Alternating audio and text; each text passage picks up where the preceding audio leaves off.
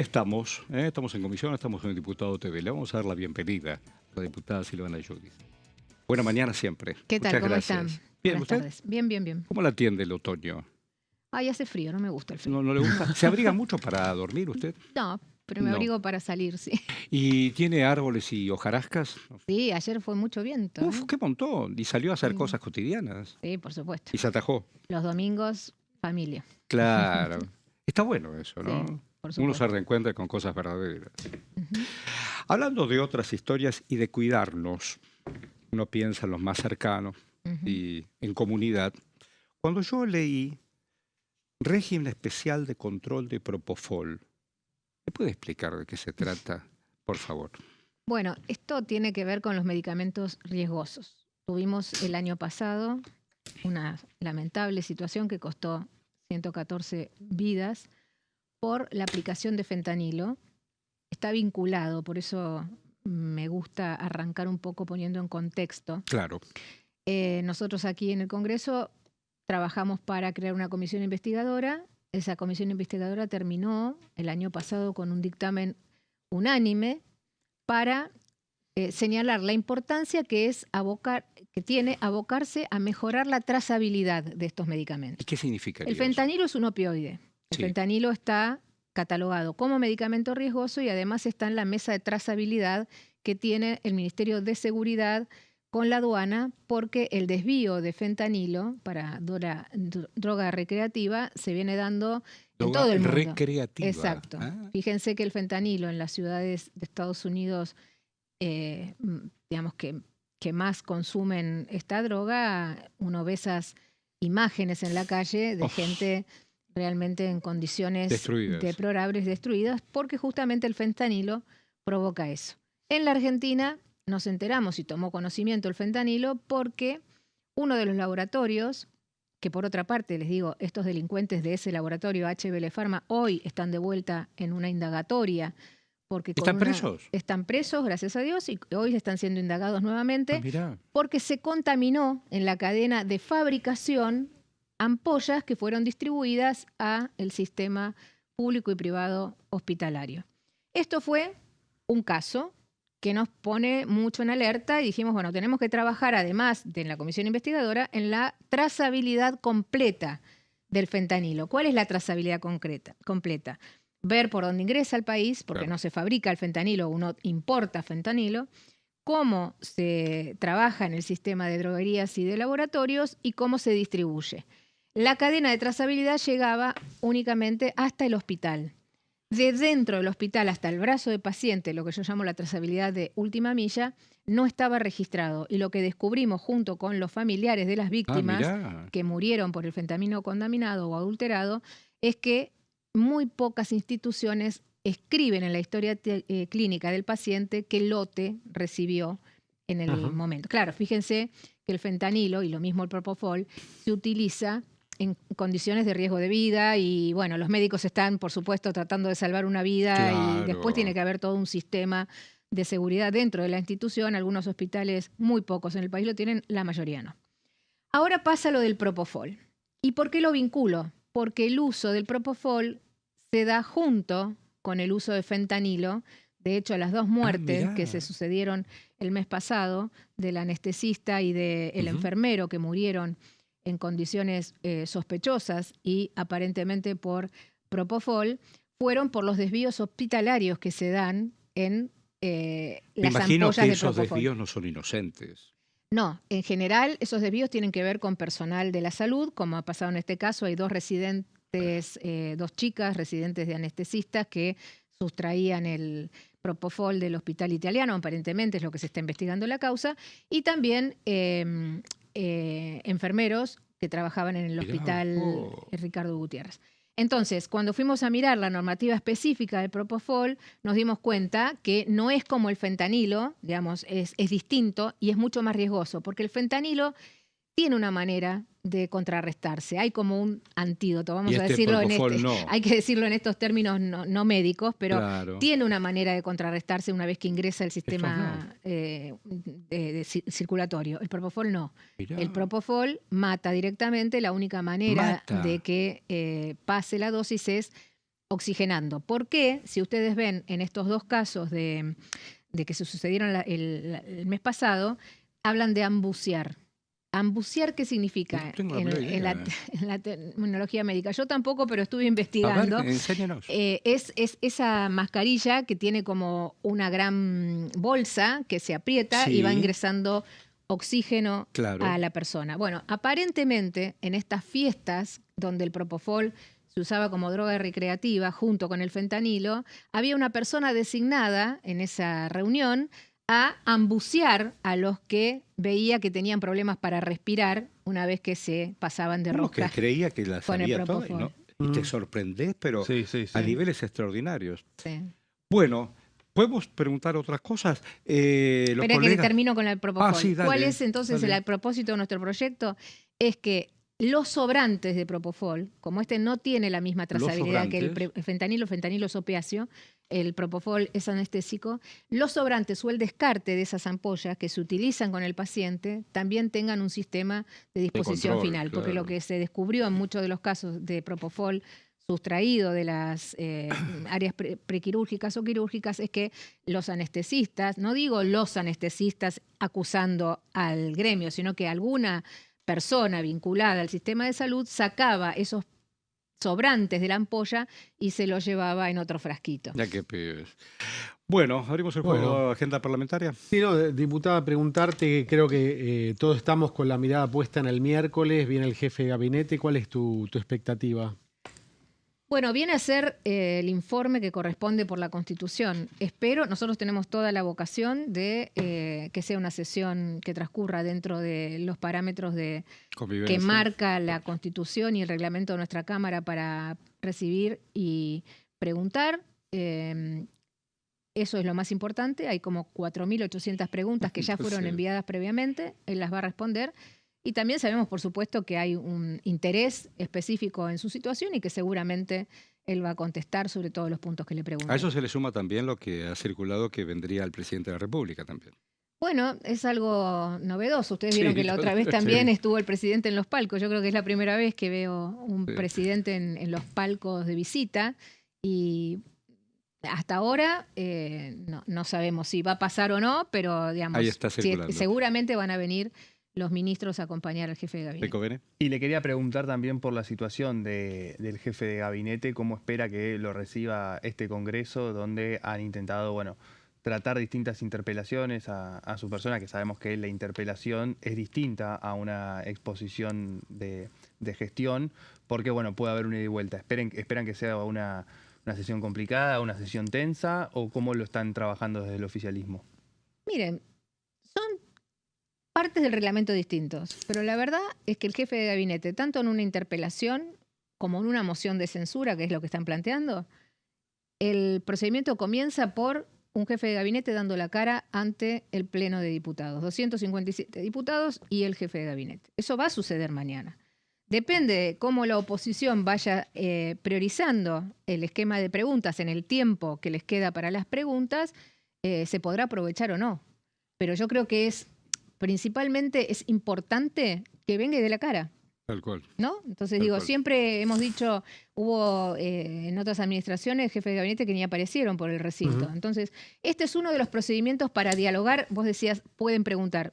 En la reunión de informes que va a ser el miércoles también pueden preguntar. Ahí va. El tema es en qué manera se pregunta y a qué nos estarán llevando, porque las últimas reuniones, cuando uno ve que se desconectan los micrófonos o se traen cadenas arriba de la presidencia, es muy difícil que en ese contexto pueda transcurrir una sesión, menos con la presencia del jefe de gabinete. Espero que eso no pase y que puedan preguntar en el momento en que los bloques tienen el tiempo para preguntar. Hay declaraciones suyas vinculadas con esta contramarcha de la reforma laboral. Hubo la apelación, la Cámara dijo que no. ¿Tiene una opinión?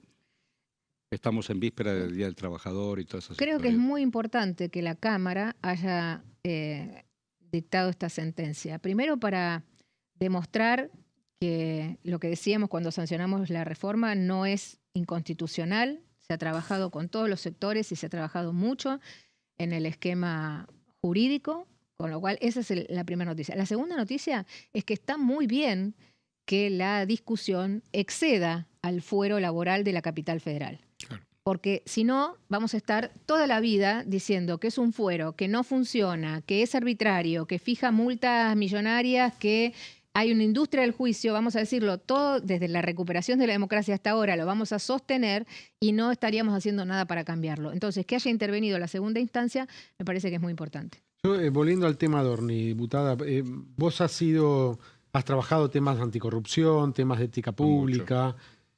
¿Cuál es tu mirada del caso Adorni, que es tan controversial?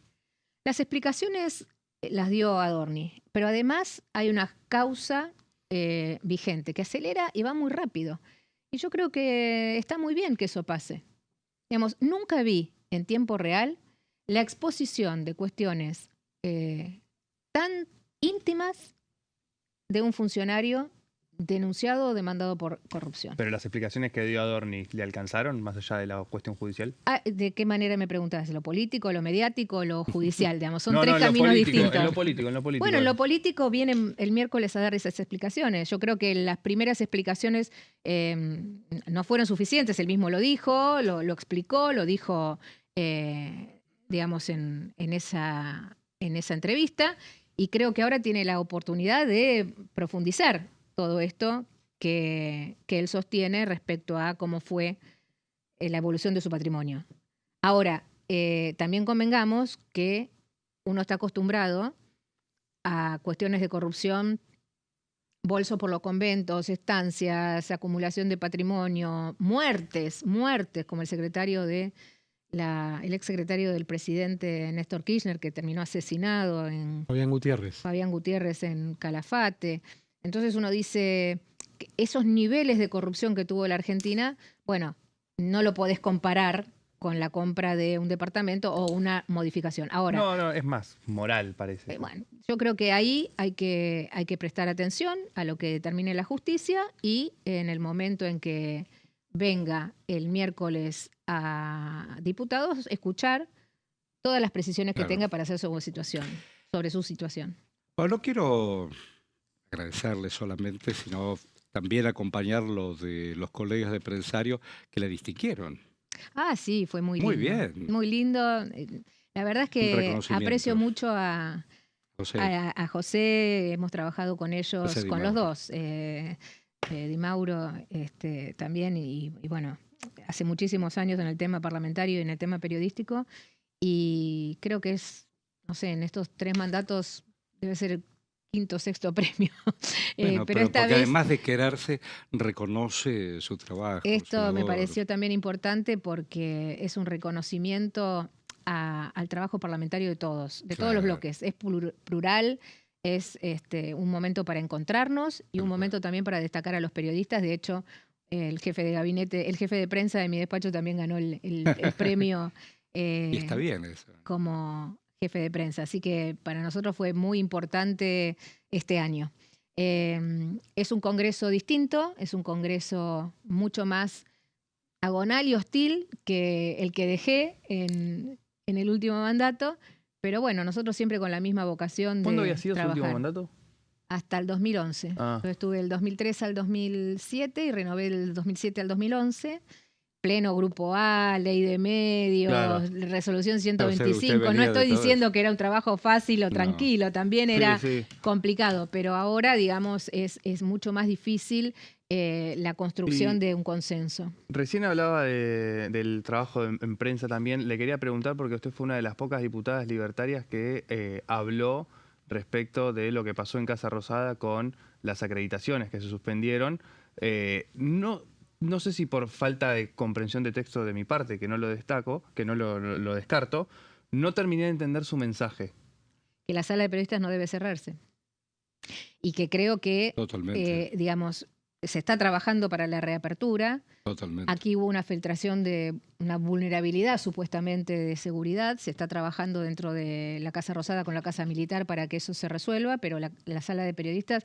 Para mí, yo no concibo la democracia desde el 83, ustedes señalaban lo del 83, claro, sin acceso a la información pública o sin medios de comunicación y periodistas independientes. Pero también entiendo los desafíos crecientes de seguridad que se tienen en todos los gobiernos, ¿no? Creo que lo de Trump de ayer también deja claro que hay determinadas cuestiones que uno las trata de prever, pero si fallan los sistemas, bueno, fallan. Te digo un montón de gracias. Buena vida para ustedes. No, para ustedes. Adiós. Buena vida. Adiós. No te vayas. Ida y vuelta y ya venimos. Gracias.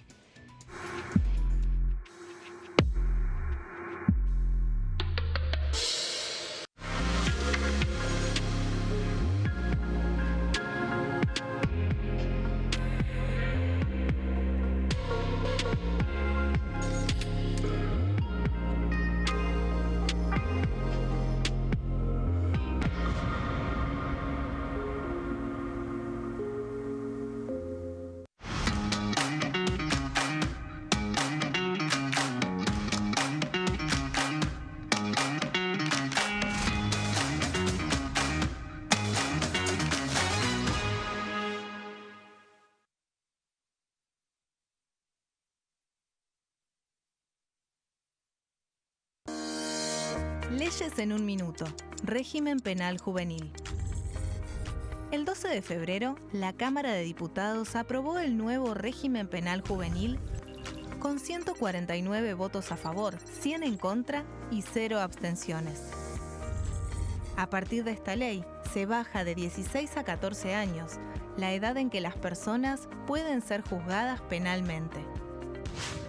Para delitos graves, como homicidios, robos violentos o secuestros, habrá prisión efectiva en espacios específicos, siempre separados de los adultos.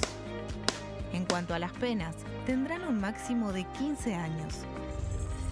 Por otro lado, en el caso de los delitos menores, se van a aplicar otras medidas como la reparación del daño, servicios comunitarios, restricciones de circulación, monitoreo electrónico y programas educativos. Además, se crea el rol de supervisor, que estará a cargo del seguimiento, asistencia y control del imputado.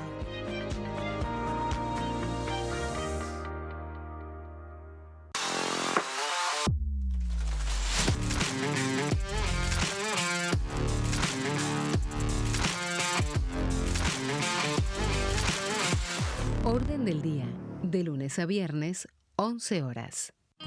El sarampión es una enfermedad viral altamente contagiosa. Que no juegue con tu hijo. Puede poner en riesgo especialmente a menores de 5 años no vacunados. Ante la aparición de fiebre y manchas rojas en la piel, consulta de inmediato con un médico. La vacuna es la única forma de prevenirlo y es parte del calendario nacional de vacunación. Es segura, gratuita y está disponible en vacunatorios, centros de salud y hospitales públicos del país. Vos ya tenés esta vacuna. Dásela a tus hijos. Elegí prevenir.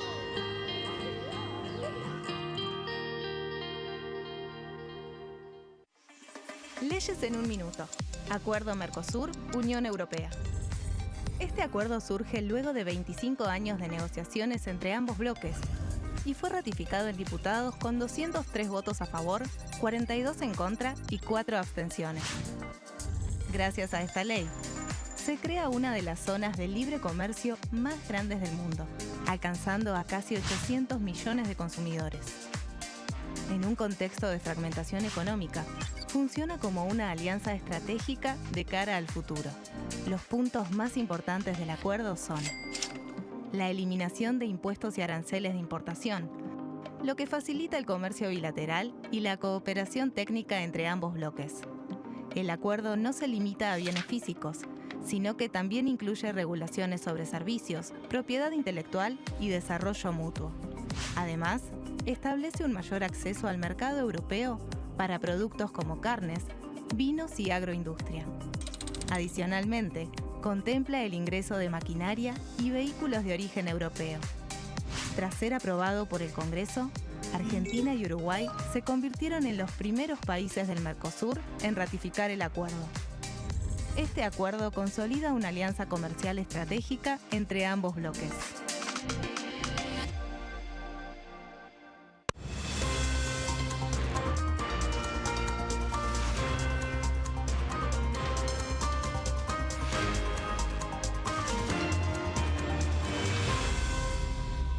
Consenso, de lunes a viernes, 12 horas. ¿Cómo funciona el Congreso? Las sesiones son el espacio donde los diputados debaten proyectos de ley para su aprobación, modificación o rechazo. En una misma sesión pueden tratar varios proyectos de ley. Las sesiones ordinarias comienzan el 1 de marzo, cuando el presidente de la Nación inaugura el periodo ante la Asamblea Legislativa y se extiende hasta el 30 de noviembre. El Poder Ejecutivo puede convocar a sesiones extraordinarias o prorrogar las sesiones ordinarias. La sesión es dirigida por el presidente de la Cámara de Diputados, que administra el uso de la palabra y las distintas instancias del funcionamiento.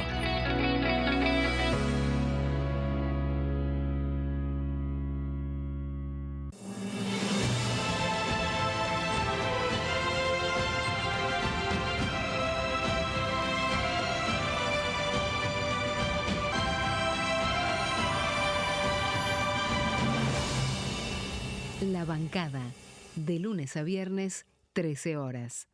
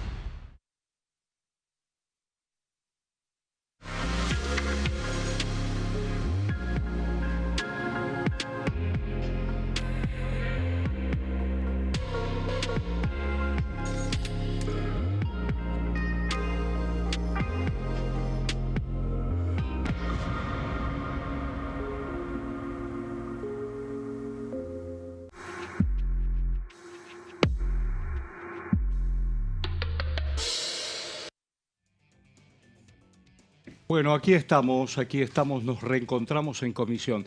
Discúlpeme, Ari, cuando usted logre la comunicación con Neuquén...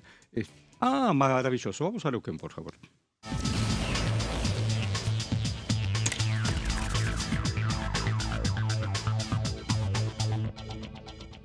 Hola, hola, ¿cómo va? Ella es la diputada Maureira. ¿Cómo le va? ¿Cómo estás, Horacio? Tanto tiempo. ¿Cómo, Acá estamos, cómo está su ya en vida? territorio. ¿Bien? Oh, no te cuento, te daría envidia. Bien, Bueno, es muy bien, interesante. trabajando como siempre. ¿Cómo está Sí, Neuquén? trabajando como siempre. ¿Cómo está Neuquén? Hermoso, Hermoso, hermoso. claro, Con un crecimiento increíble, claro, exponencial, claro. eficiente, ordenado, como me gusta verlo. Realmente muy lindo y espero que sigamos siendo un ejemplo y un modelo. Yo sé que hay muchas cosas para cambiar todavía, pero bueno, todo depende también de las iniciativas que tengan los gobiernos. Y acá estamos en esa lucha. Digo, para aquellos de otras décadas, en Bonn, por ejemplo, uno conocía movimientos y partidos tradicionales en la Argentina, en Neuquén ni hablar, ¿no es cierto? El movimiento popular neuquino con los ¿Sí? zapaques. Pero vos has abierto un espacio y un protagonismo y un compromiso muy particular. ¿En qué te caracterizás políticamente para decir, yo acá estoy? Contame. Es cierto, hay una política de transformación, si no, ni loca me hubiera incluido a hacer política como la estoy haciendo. Yo tengo 36 años de periodismo, Claro, casi siempre en televisión, radio y televisión, pero mucho más en tele que en radio. Entonces había una transformación necesaria y yo claro. quería dar ese paso. A mis 17 años ya andaba en la universidad enfocada en nuevos partidos, en alternativas y con muchas ganas de poder hacer política. Sin embargo, me dediqué de lleno al periodismo y la dejé de lado, pero siempre observé con ojos muy críticos la política en mi país y en el resto del mundo.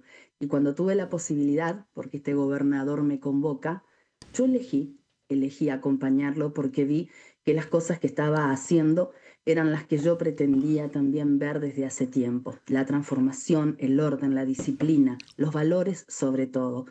Cosa que, bueno, en Argentina hemos visto que durante años también se han perdido. Y busco una política de Tal cual, transformación. tal cual. Por eso estoy haciendo esto. Ahí me acaba de contar nuestro productor Ari que tuviste la oportunidad de viajar a Estados Unidos y Sí. esa reunión que ha dado para hablar. Contanos de qué se trata.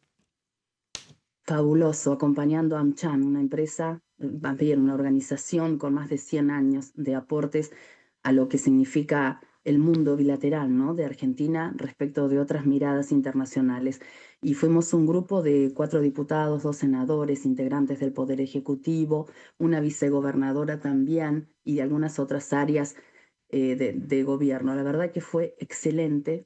En la calidad humana, lo principal, la organización, nada para decirles en contra, que sigan así y sigan aprovechando estas buenas posibilidades que nos dan de poder llegar nada más ni nada menos que a Washington.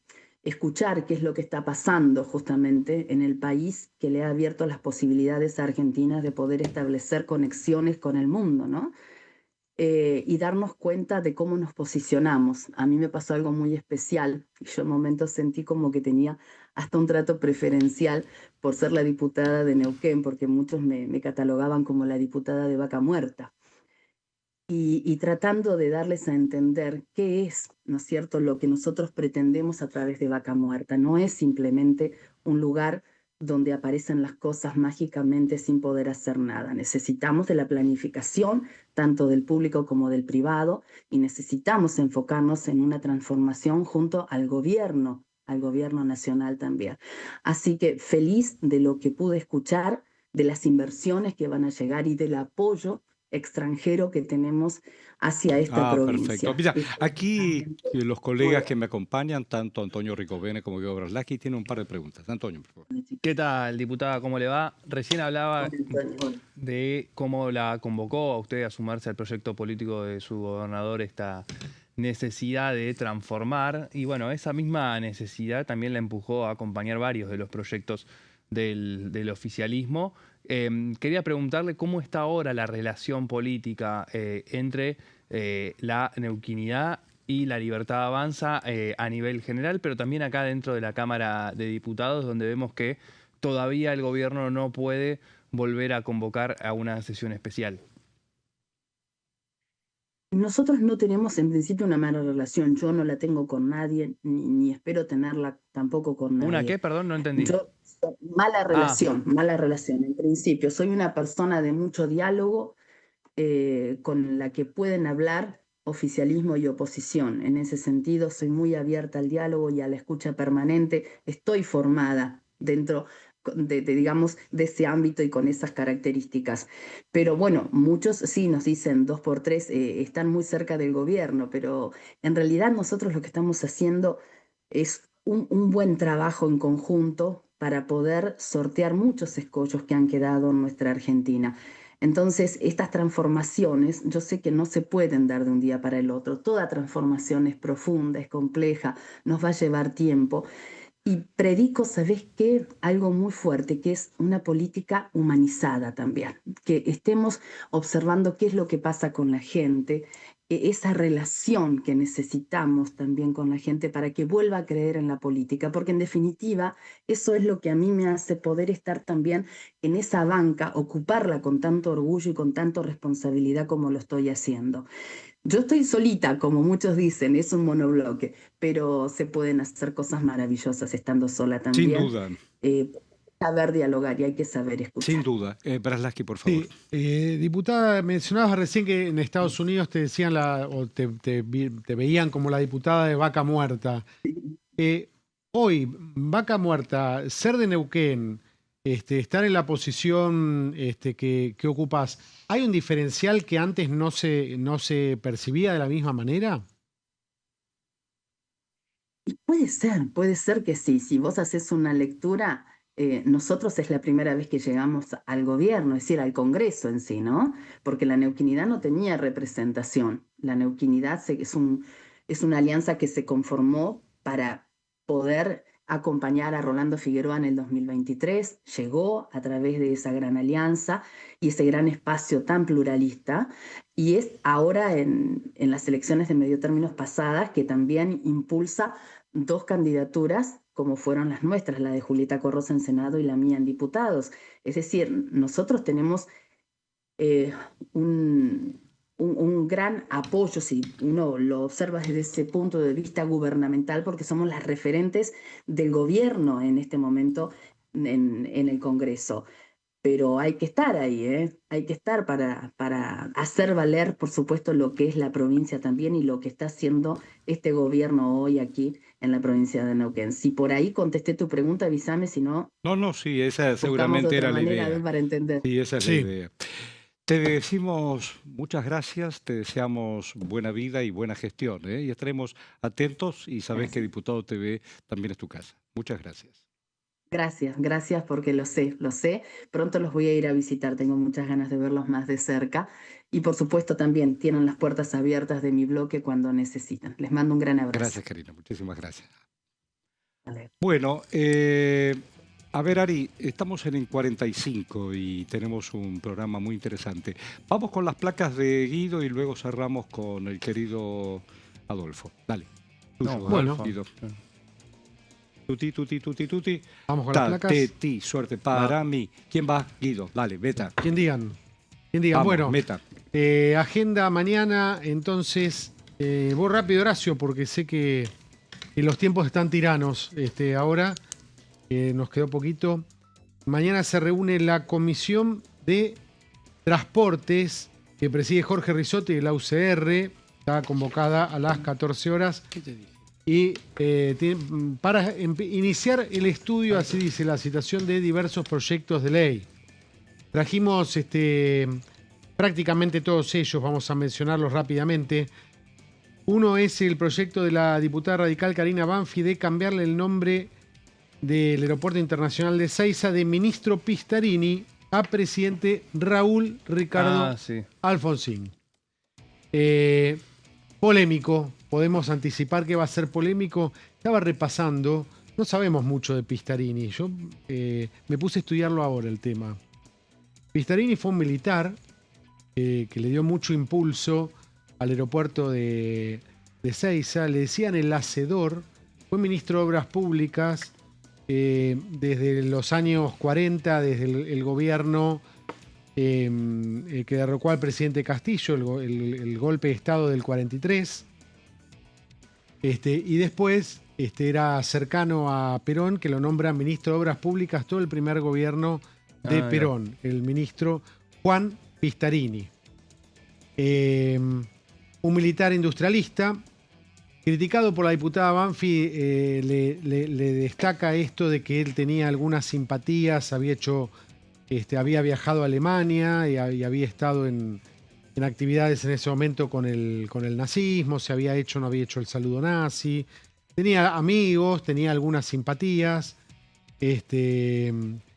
como tenía también simpatías por él, dije, aquel proceso que da el golpe en el año 43, del cual Perón también formó parte, ese grupo de militares, ¿no?, nucleados en el GOU. Bueno, Pistarini, un personaje muy importante, muy importante, le decían el hacedor, y fue ministro de Obras Públicas durante muchos años. Y después estuvo en la cárcel en el 55, después del golpe contra Perón. Estuvo en Ushuaia con otros prominentes presos del peronismo y muere un año después en el hospital militar, perseguido. Bueno, va a ser polémico, pero Karina Banfi le quiere cambiar el nombre al aeropuerto de Ezeiza.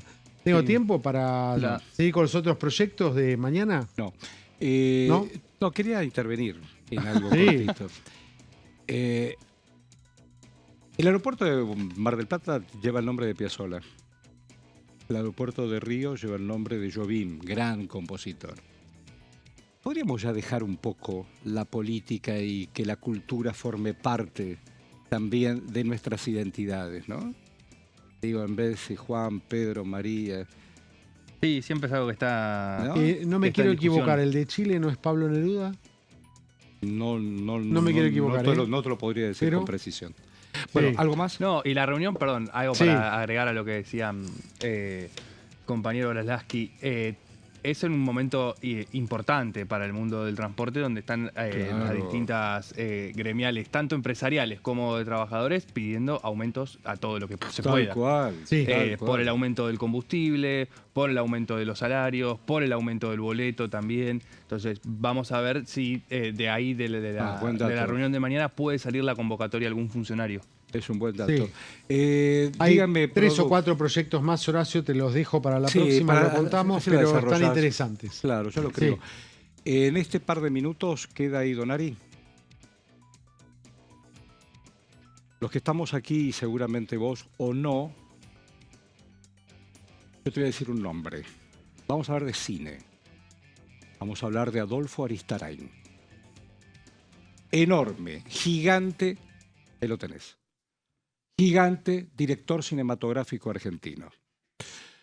Ayer murió, pero vive él en películas inolvidables, como por ejemplo, Un lugar en el mundo, Tiempo de Martín revancha. H., Tiempo de Tiempo de revancha. Hoy hablaba con Axel Kuchevaski. Un lugar en el mundo, acabo de decirlo, claro, con Sacristán y Lupi y la Cecilia Roth. Un hombre que con convicciones, hay los últimos días de la víctima, toda la democracia arrancaba ahí y Adolfo se la jugó. Hombre de mi barrio de infancia, Parque Chas, muy cerca Ajá, de Villa Urquiza. ya. Más, esa infancia él la llevó a una película que se llama Roma. Claro. Roma, que es el despertar de ese adolescente también. Pero no queríamos pasar de largo de ninguna manera, Adolfo. De ninguna manera. Te doy un abrazo donde estés y voy a reivindicar cada una de tus películas. Tiempo de revancha, recién recordaba Guido, Extraordinaria. extraordinaria, donde ese Lupi, como dicen los chicos ahora cuando no anticipar el final, no la espolies, No. tenés que verla. Ese hombre comprometido y en un final que es sorprendente. Tiempo de revancha. La revancha será reivindicar una vez más a don Adolfo Aristarain. Como dice el mundo del espectáculo, que hoy se fue de gira. Vamos y venimos.